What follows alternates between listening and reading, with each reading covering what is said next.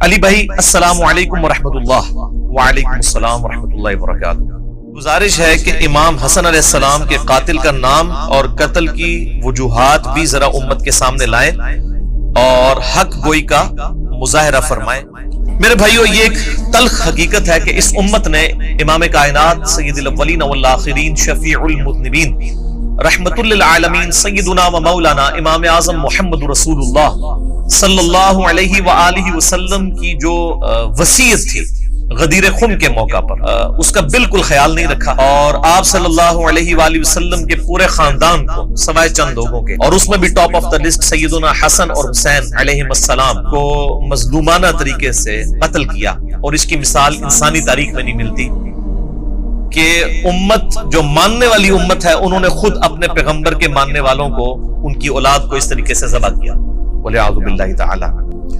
اب رہا میرے بھائیوں کہ حسن ابن علی کو یہ زہر دیا کس نے؟ اس حوالے سے اہل سنت کی جو مین سٹریم کی تاریخ کی کتابیں ہیں، صحابہ کرام کے احوال کے اوپر کتاب لکھی گئی ہے الاستیاب، امام ابن عبد البر المتوفی 463 ہجری، بڑی مشہور کتاب ہے۔ شام کے اندر وہ بہت بڑے یعنی اہل سنت کے امام گزرے ہیں، محدث۔ انہوں نے اس طرح کی روایتیں نقل کی ہیں کہ حضرت معاویہ رضی اللہ تعالیٰ عنہ نے حسن ابن علی کو زہر دیا تھا، لیکن سند کے اعتبار سے یہ روایتیں کمزور ہیں۔ اسی طریقے سے طبقات ابن سعد، ان سے بھی پہلے امام محمد ابن سعد المتوفی 230 ہجری، جو امام بخاری امام مسلم کے ہم اثر ہے، طبقات ابن سعد انہوں نے لکھی ہے، اس میں بھی ملتا ہے کہ معاویہ ابن ابی سفیان اور یزید ابن معاویہ کے بارے میں کہ انہوں نے حسن ابن علی کو زہر دے کر قتل کروایا۔ اس کے علاوہ امام بلازری کی کتاب المتوفی 290 ہجری انصاب الاشراف، جس سے یہ محرم کے دنوں میں جعلی روایت پیش کر رہے ہوتے ہیں کہ حسین علیہ السلام نے کہا میری 3 شرطیں ہیں، یا تو مجھے یزید کے پاس جانے دو، میں اس کے ہاتھ پہ بیعت کر لیتا ہوں، یا مجھے واپس جانے دو، یا کسی مسلمان سرحد پہ جانے دو۔ کوڑ مارو ہو جڑا کوئی ہضم بھی ہوئے کسی کو، وہ کتاب ہی جعلی ہے، وہ اپنے مصنف سے ثابت ہی نہیں ہے، اور اگر کوئی ثابت کرنا چاہتا ہے تو سر اسی انصاب الاشراف میں لکھا ہے کہ معاویہ ابن ابی سفیان نے حضرت حسن ابن علی کو قتل کروایا، اور کچھ بھی بہت کچھ لکھا ہوا ہے۔ یزید کے باوجداد کے تابوت دوزخ کے اندر ہے، اور بھی بہت کچھ لکھا ہے۔ میری شیخ زبیر صاحب کے ساتھ جب 1 to 1 اس کے اوپر ڈسکشن ہوئی، ان کا کہ یہ اگر بلازری کی کتاب کو صحیح مانیں گے تو یہ حضرت معاویہ کا پھر ایمان ثابت کرنا ان کے لیے ممکن نہیں رہے گا، تو اس لیے اس کتاب سے ہی جان چھڑائیں۔ تو نہ ہم 3 شرطوں والی بات بھی جعلی، یہ بھی جعلی۔ اس طریقے سے تاریخ دمشق ہے، امام ابن عساکر علی ابن حسین ابن عساکر المتوفی 571 ہجری، تاریخ دمشق ان کی مشہور ہے، اس میں بھی ملتا ہے کہ حضرت معاویہ نے زہر دیا، لیکن یہ سب کی سب روایتیں کمزور ہیں، تاریخی ہم ان کو پیش نہیں کرتے۔ البتہ سنن ابی داؤد میں ایک صحیح سند کے ساتھ حدیث ہے، یہ ابو داؤد پڑھی نہیں ہوئی، پڑھی بھی ہوئی ہے۔ انٹرنیشنل کے مطابق 4131، وہ حدیث میں ورڈ بائی ورڈ کور کروں گا آج، جس سے آپ کو پتا چلے گا کہ قتل حسن کا بینیفیشری کون، جس طرح آج کل لوگ کہتے ہیں نا وہ بے نظیر کے قتل کا بینیفیشری کون ہے، نام لینے کی ضرورت نہیں ہے۔ اس طرح حسن ابن علی کے قتل کا بینیفیشری کون تھا وہ ابو داؤد نے بتا دیا، اور دوسرا ٹروتھ ریویل ہوگا کہ مولا علی علیہ السلام کو ممبروں پر آل امیہ کے دور میں جو لعنت کروائی جاتی تھی، سب و شتم ہوتا تھا، وہ کہتے ہیں سب کا مطلب تنقید ہے، تنقید نہیں ہے۔ صحیح مسلم انٹرنیشنل کے مطابق 6229 نمبر حدیث ہے، لعن اللہ ابو تراب، ابو تراب پر اللہ کی لعنت، نعوذ باللہ من ذالک، لعنت کرواتے تھے وہ۔ یہ لعنت کیوں کرواتے تھے، یہ بھی ایک کوسچن ہے نا، کس سے ان کو کیا ملتا تھا؟ یہ ٹروتھ بھی آپ کو اس حدیث میں ریویل ہوگا کہ بیسیکلی وہ چاہتے تھے کہ خلافت راشدہ کا ایک بھیانک چہرہ لوگوں کے سامنے ہے، لوگ خلافت کی تلاش میں نہ رہے، ملوکیت کو قائم رکھیں، لہذا مولا علی پر لعنت کرواؤ۔ جب مولا علی سے لوگ متنفر ہوں گے، خود بخود ہی کہیں گے کہ یہ ملوکیت کا سسٹم، آل امیہ کا سسٹم بہتر ہے۔ یہ بھی آپ کو اس حدیث میں پتا چلے گا، اور آپ کو پتا چلے گا کہ آل امیہ بینیفیشری ہے حسن ابن علی کے قتل کی۔ اب قاتل کون ہے؟ وہ آج کے زمانے میں میرے بھائی جب CCTV کیمرہ ہے، سب کچھ ہے، یہ اس طریقے سے کوئی اس کی خفیہ ویڈیو تو مطلب نہیں بنا سکتا تھا اس زمانے میں۔ آج کے زمانے میں بھی قاتل تک پہنچنا بہت مشکل ہوتا ہے، تو اس زمانے میں تو بہت مشکل تھا۔ اسی طریقے سے عثمان غنی رضی اللہ تعالیٰ کے بھی اسپیسیفک تو کوئی نہیں کر سکتا کہ قاتلین کون تھے، ایک اسیسمنٹ ہی ہے۔ یہاں پر بھی یہی معاملہ ہے۔ یہ حدیث ہے ابو داؤد میں 4131 انٹرنیشنل کے مطابق، اور یہ کم از کم 3 اہل سنت کی مین سٹریم کی کتابوں میں ہے۔ سنن ابی داؤد میں ہے 4131۔ اس حدیث کو شیخ البانی بھی صحیح کہتے ہیں، شیخ زبیر علی زئی صاحب رحمہ اللہ تعالی، جن کا کرائٹیریا صحت کا بڑا سخت تھا، وہ بھی اسے صحیح کہتے ہیں۔ اس حدیث پہ بعض ناسبیوں نے جو اعتراض کیا منکرین حدیث نے، میں انشاءاللہ وہ اینڈ پہ ڈسکس کروں گا کیونکہ وہ عام بندوں کا ٹاپک نہیں ہے، اس لیے میں اس موضوع کی روانگی کو توڑنا نہیں چاہتا۔ ابو داؤد میں 4131، مسند احمد میں ہے 17228 عربی والے میں مکتبۃ شاملہ میں، اور جو اردو پی ڈی ایف ہے مکتبہ رحمانیہ کا اس میں ہے 17321۔ یہ سارے جے پی جیز انشاءاللہ ہم ساتھ اٹیچ کر دیں گے۔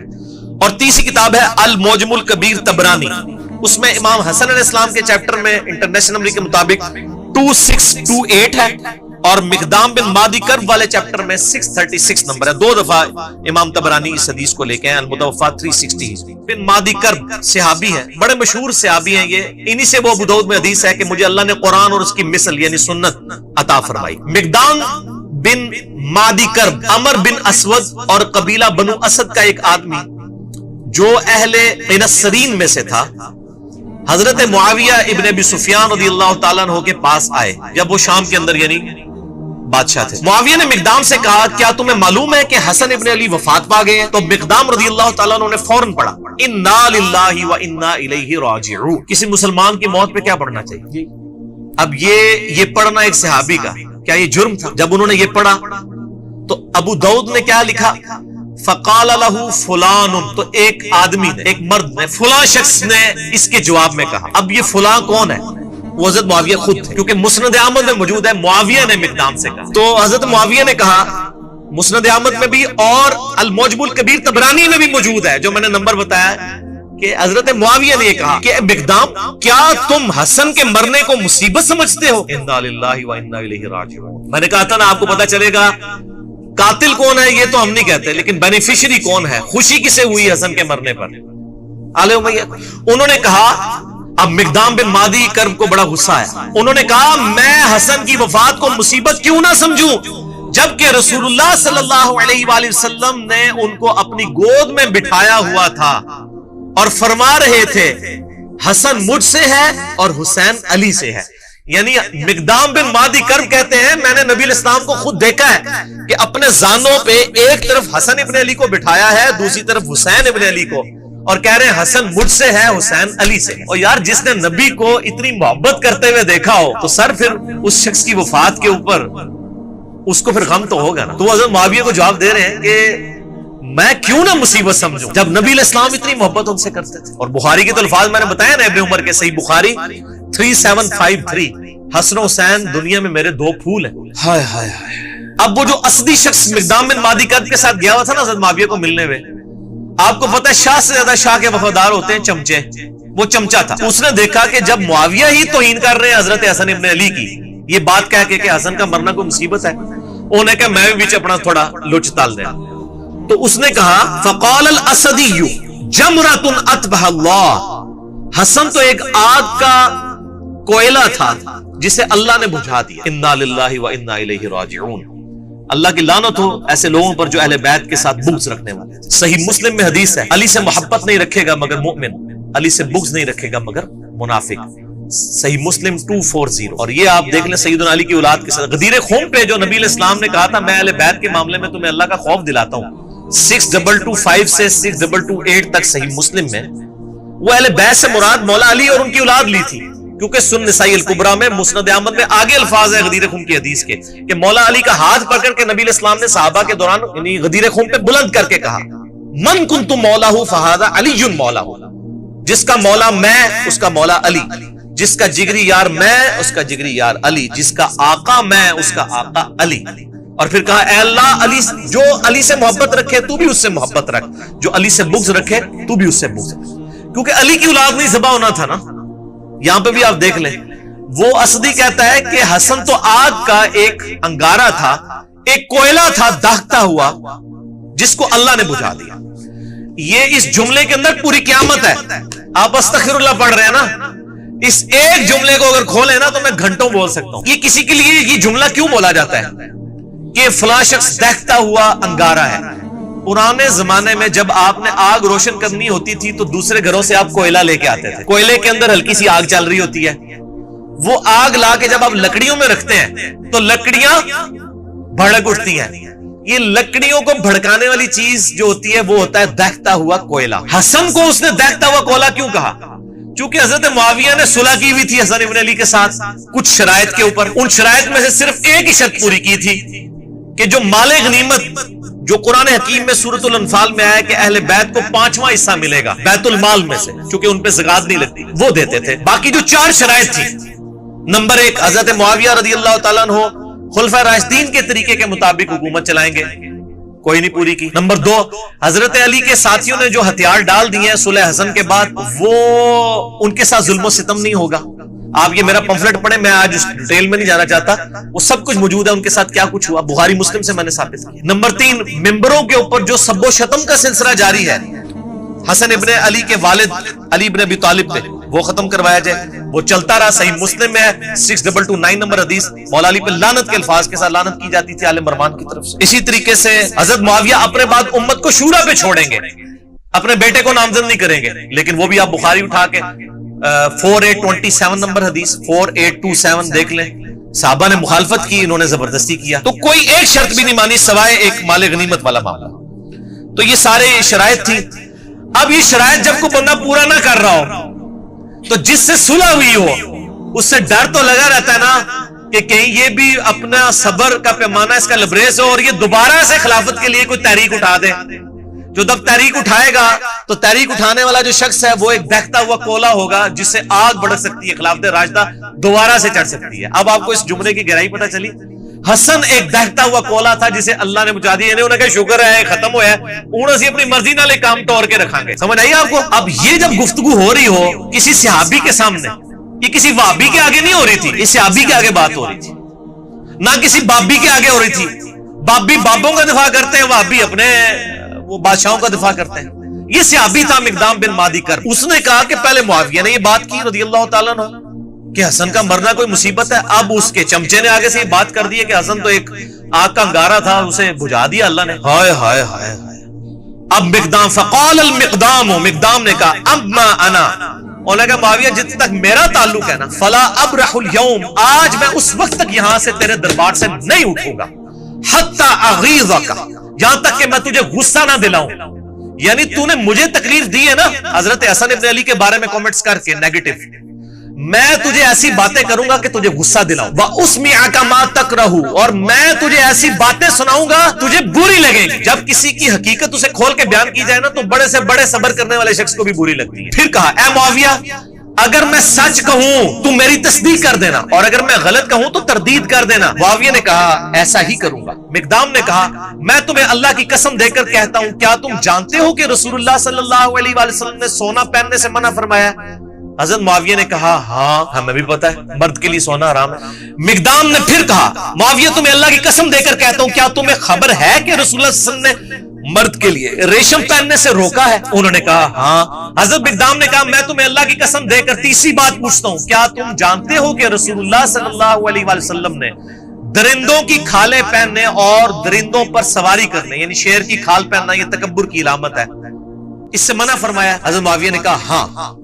مقدام نے کہا اللہ کی قسم میں نے یہ سب کچھ تمہارے گھر میں ہوتے ہوئے دیکھا ہے اے معاویہ، یعنی تم مانتے بھی ہو کہ سونا مرد کے لیے حرام ہے، ریشم مرد کے لیے حرام ہے، درندوں کی کھالیں پہننا حرام ہے، یہ تینوں حرام کام جو تم خود جانتے ہو تمہارے گھر میں ہوتے ہیں۔ اب میں نہیں کہتا کہ حضرت معاویہ نے سونے کے کڑے یا وہ کوئی لاکٹ پہنا ہوا تھا، میرا اس نے جاننا ہے کہ ان کے بال بچے ہی کرتے ہوں گے، گھر میں ظاہر ہے کہ میرے آپ کے بچے تو نہیں تھے نا، ان کے ہی ہوں گے، ہم اس نے ظن رکھتے ہیں کہ وہ خود نہیں کرتے تھے۔ اب یہ بات کرنے کے بعد تو آپ تو کہتے ہیں جی امام حنیفہ کا قول دکھاتے ہیں، آگے حدیث دکھاتے ہیں، لوگ کو رجوع نہیں کرتے، کہتے ہیں حدیث کو ہم نے چھوڑنا ہے۔ اب یہاں پہ نبی علیہ السلام کی حدیث ان کو پتا ہے، حضرت معاویہ سے کہا جا رہا ہے کہ آپ توبہ کریں۔ اب کیا ہوا؟ مقدام نے کہا اللہ کی قسم یہ سب کچھ آپ کے گھر میں ہوتا ہے اے معاویہ۔ اس پر معاویہ نے کہا اے مقدام مجھے معلوم تھا کہ میں تجھ سے ہرگز بچ نہیں سکوں، یعنی میری کمزوریاں تجھے پتہ ہیں، حالانکہ ہونا چاہیے تھا معاویہ اے مقدام میں تمہیں گواہ کر کے کہتا ہوں آج تک جو کچھ مجھ سے ہوا میں اللہ سے توبہ کرتا ہوں، اللہ تعالیٰ یہ گناہ معاف کرے، آئندہ میں اپنی اصلاح کروں گا۔ کیونکہ آپ تو ہمیں یہی بتاتے ہیں نا کہ جب صحیح حدیث مل جائے تو وہی آپ کا مذہب ہونا چاہیے۔ آپ کہتے ہیں امام حنیفہ کے سامنے حدیثیں آتی تھی وہ پیچھے نہیں ہٹتے تھے، تو یہ امام حنیفہ سے بہت پہلے ہی معاملہ جو ہے وہ بگڑا ہوا ہے۔ مجھے پتا تھا میں گلے ہی نہیں تیرے کو جیت سکتا، منو بھی کہہ رہے انہوں نے وہ علی کی زبان بڑی لمبی ہے، وہ زبان نہیں لمبی، سچ ہوتا ہی اتنا طاقتور ہے کہ اس سے آپ جیت ہی نہیں سکتے۔ یہ تواڈے بزرگ بابے بھی یہی کہتے سن کہ میں گلے تواڈے کول نہیں جی سکتا، انشاءاللہ تسی بھی نہیں جی سکو گے، کیونکہ بات ہی سچی ہے۔ آپ دیکھ لینا، اے مقدام مجھے معلوم تھا کہ میں تجھ سے ہرگز نہیں بچ سکتا۔ خالد بن معدان نے بیان کیا کہ پھر حضرت معاویہ رضی اللہ تعالیٰ نے مقدام کے لیے اس قدر انعام کا حکم دیا، انہوں نے کہا جی بیت المال میں سے لا کے ذرا مال دو۔ بادشاہ آپ کو پتا ہے نا، وہ جب کسی کو خوش کرنا چاہتے تھے تو مال دیتے تھے، تو مقدام بن مادی کرب کو انہوں نے کہا اس کو انعام دو اور ان کے دوسرے ساتھیوں کو بھی دو۔ چنانچہ حضرت مقدام کو جب مال دیا گیا تو انہوں نے اپنے ساتھیوں میں وہیں تقسیم کر دیا۔ حضرت معاویہ نے گفٹ دیا، انہوں نے تحفہ سنت کے مطابق قبول کر لیا، لیکن وہ آج کل مولوی علی سنت نہیں سی کہ لے کے بوجھ پا لیندے۔ نبی الاسلام کو بھی جو گفٹ آتے تھے آپ قبول کرتے تھے، صحابہ میں ہی بانٹ دیتے تھے۔ تو مقدام بن مادی کرب کو جتنی رقم حضرت معاویہ نے اس وقت دی بیت المال میں سے، انہوں نے لے کے ادھر ہی غریبوں میں تقسیم کر دی۔ سچا بندہ جو اس کو کسی کی پرواہ نہیں ہوتی ہے، وہ بینیفیشری نہیں ہوتا کسی کا، اس کی روٹی روزی دین کے ساتھ نہیں جڑی ہوتی۔ چنانچہ مقدام نے اپنے ساتھیوں میں سے تقسیم کر دیا، مگر اس اسدی نے جو کچھ وصول کیا وہ کسی کو کچھ نہ دیا۔ جنہیں کیا سی نا، حسن آگ کا انگارہ ہے، اس کا کریکٹر بھی نقل کر دیا امام داؤد نے، اس نے کسی کو کوئی چیز نہیں دی۔ ٹھیک ہو گیا، وہ ظاہر ہو گیا ہی مال لینڈ سی۔ بعد میں جب حضرت معاویہ کو یہ خبر پہنچی کہ مقدام نے سب کچھ اللہ کی راہ میں خیرات کر دیا، تو حضرت معاویہ نے کہا مقدام کھلے ہاتھ کے سخی آدمی ہے اور اسدی اپنے مال کی خوب حفاظت کرنے والا ہے۔ یعنی حضرت معاویہ کو جب بتایا گیا نا کہ انہوں نے باہر نکلتے ہی آپ کے لوگوں میں ہی مال تقسیم کر دیا، تو حضرت معاویہ نے بھی تعریف کی حضرت مقدام بن مادی کرب کی۔ ان کو گستاخ صحابہ اور رافضی نہیں کہا مقدام کو، ان کا یار گل تے صحیح کی تھی انہیں۔ تو اسی بھی مان جاؤ میں گلا صحیح کرنا بھائی، ناراض نہ ہویا کرو۔ اچھا، اس کی شرح جو ہے دارالاسلام نے لکھی ہے بھائی، میں نے نہیں لکھی، اور دارالاسلام میں بھی شیخ زبیر صاحب نے نہیں لکھی ہے۔ شیخ زبیر صاحب نے صرف حدیثوں پہ صحت کا حکم لگایا، جو شرح ہے وہ دوسرے علماء نے لکھی ہے، اور صلاح الدین یوسف صاحب نے بھی اس کے اوپر یعنی کہ تقریض لگائی ہوئی ہے۔ اس کی شرح میں لکھتے ہیں، اب دیکھیں دارالاسلام ورڈ بائی ورڈ آپ شرح سنیں۔ صحابہ کرام حق بات کہنے میں بڑے جرری تھے، حضرت مقدام رضی اللہ تعالیٰ عنہ کو حضرت معاویہ رضی اللہ تعالیٰ عنہ کی عمارت سے کوئی خوف نہ آیا اور بے دھڑک حق بات کہہ دی۔ چلو جی شکر ہے، علی بھائی نے نہیں کہا گیا لکھو، دارالاسلام نے کئی سال پہلے یہ شرح کی ہوئی ہے۔ اس مکالمے کے شروع میں جو آیا کہ ایک آدمی نے کہا کہ حسن کے مرنے کو تم مصیبت سمجھتے ہو، اس کے قائل شاید حضرت معاویہ ہی ہو جسے ادبن مبہم رکھا گیا ہے۔ اے دیکھو، وہ شرح کرنے والا مان رہا ہے کہ یہ جو ہے نا، ایک بندے نے کہا کہ معاویہ کا مرنا کو مصیبت ہے، تو یہ معاویہ نے اصل میں کہا تھا، امام داؤد نے ادب کے طور پر فلاں لکھ دیا۔ آگے بریکٹ میں لکھا اون المعبود۔ اون المعبود اہل حدیث عالم کی وہ شرح ہے ابو داؤد کی جو پوری دنیا میں مدرسوں میں پڑھائی جاتی، عربی میں لکھی ہوئی۔ یہ شاید نہیں سرکار دارالاسلام والے ہو، یہ شاید کٹو، یہ یقیناً ہے، کیونکہ اس کا جو طریق المعجم الکبیر طبرانی میں ہے اور مسند احمد میں ہے، اس میں الفاظ ہیں کہ معاویہ رضی اللہ تعالیٰ عنہ نے کہا کہ حسن کے مرنے کو کیا تم مصیبت سمجھتے ہو۔ اس کے بعد پھر وہ لکھتے ہیں، بنو امیہ اور اہل بیت کے خاندانوں میں سیاسی امور میں ان کے خاص رجحانات تھے۔ یہ تاریخ اسلام کا انتہائی پریشان کن دور تھا جو گزر گیا۔ وہ کہتے ہیں گزر گیا، مٹی پاؤ چھڑ دو۔ اب ہم تمام صحابہ کرام کے لیے دعا گو ہیں، تو سر پھر آپ ان کے لیے بھی دعا گو ہوں جو آج صحابہ کے اوپر لعنت کر رہے ہیں، کیونکہ یہ انہی کی اولاد ہے آل امیہ کی۔ ان کو پھر آپ کس منہ سے سمجھائیں گے؟ صرف ان کو میں سمجھا سکتا ہوں، انجینئر محمد علی مرزا، جو آل امیہ کے کاموں کو بھی غلط کہتا ہے اور آج رافضیوں کی لعنت کرنے کو بھی غلط کہتا ہے۔ آپ تو دو نمبر لوگ ہیں، آپ کے تو دورے معیار ہیں، آپ کسی کو کس سمجھا سکتے ہیں؟ وہ کہتے ہیں چھوڑ دو۔ اب ہم تمام صحابہ کرام کے لیے، تمام صحابہ کرام نہیں یار، 3-4 بندوں کا مسئلہ ہے، صحابہ کرام اتنے زیادہ نہیں ہیں۔ حضرت معاویہ رضی اللہ تعالیٰ عنہ، مغیرہ ابن شعبہ رضی اللہ تعالیٰ عنہ، عمر ابن عاص رضی اللہ تعالیٰ عنہ، اور بسر بن ابی ارطا رضی اللہ تعالیٰ عنہم اجمعین۔ ہم ان کے لیے دعائیں خیر کرتے ہیں، لیکن ان کا جھوٹا دفاع بھی نہیں کرتے۔ ان کے لیے دعا گو ہوں اور کسی کے متعلق اپنے دل میں کوئی بغض نہیں نہ رکھیں۔ ایک مورخ کو جو ہے وہ کسی بھی جانب میلان ہو اس کا حق ہے، مگر خیال رہے کہ دوسری جانب بھی جلیل القدر صحابہ ہیں رضی اللہ عنہم و ارضاہم، اور دعا کریں ربنا اغفر لنا ولاخواننا الذین سبقونا بالایمان۔ اور ہم بھی یہ دعا کرتے ہیں، میرا تو کلپ ریکارڈڈ ہے سورۃ الحشر کی آیت نمبر 10، ہم دعا کرتے ہیں کاش جن کے لیے ہم دعائیں کر رہے ہیں انہوں نے بھی مولا علی کے لیے دعائیں کی ہوتی، ممبروں پر مولا علی پہ لعنت نہ کروائی ہوتی۔ اس کا مطلب ہے اللہ کے فضل سے ہمیں تو توفیق ہے، ان کو یہ توفیق نہ مل سکی۔ صحیح مسلم 6229، لعن اللہ ابا التراب، نعوذ باللہ۔ آل مروان صحابہ کرام کو ممبروں میں بلا کے کہتے تھے ابو تراب۔